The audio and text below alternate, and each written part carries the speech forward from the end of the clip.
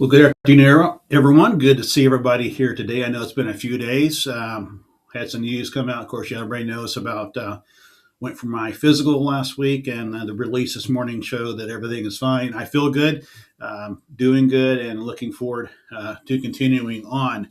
I do want to say a few words today about the Secretary's remarks on childhood nutrition. I do want to say that.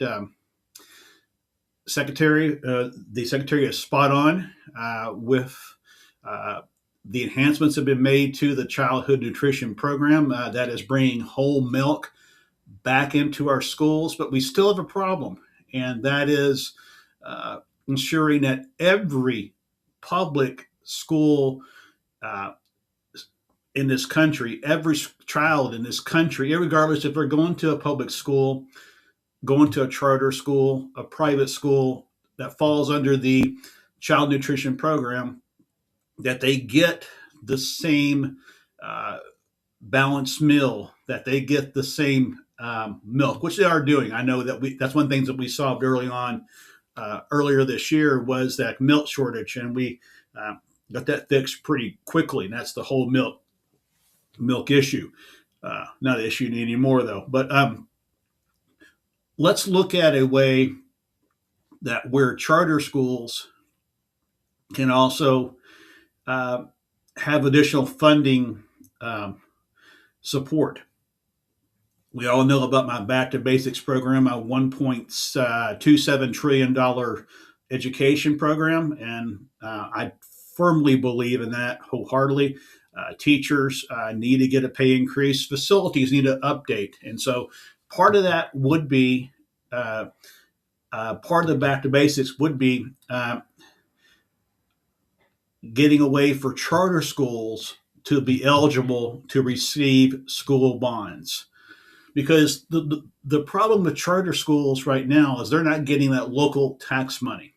So let's say a charter school is headquartered in one city. Have the charter school be able to um, provide for a bond from that city, but that bond goes to all the schools in their district. So let's say you're raised in let's say you're headquartered in suburban Dallas County, and your schools are all in neighboring cities. You would get a tax or bond from that headquartered city, wherever the physical address of your school district headquarters is. That's where you would get the bond money from. And then it makes it more of an equal playing field where one thing, these schools can actually move into more permanent facilities, school classroom wise, and you think about kitchens. That's one of the things. That's one of the problems we're having with childhood nutrition. That charter schools oftentimes have to change their menus and it's still in accordance with what the childhood nutrition guidelines are, obviously, but they're different from what you would get. What you get in a charter school is different from what you get in a public school.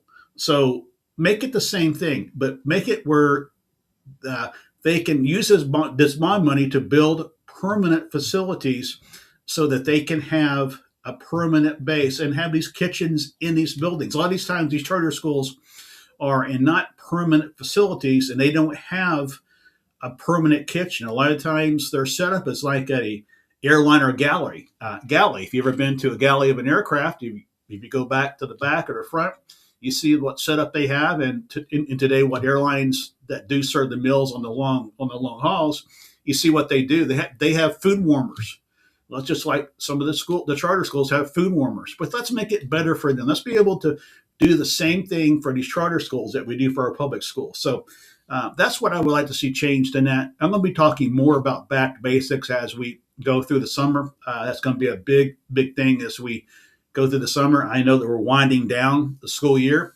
Our teachers worked extremely hard this year, and I know they're looking forward to a relaxing summer. I know that personally, we had a lot of exciting news in my family. Mrs. Rogers was promoted to be a principal. I'm very, very proud of her. And I think that's going to be something very good for our family.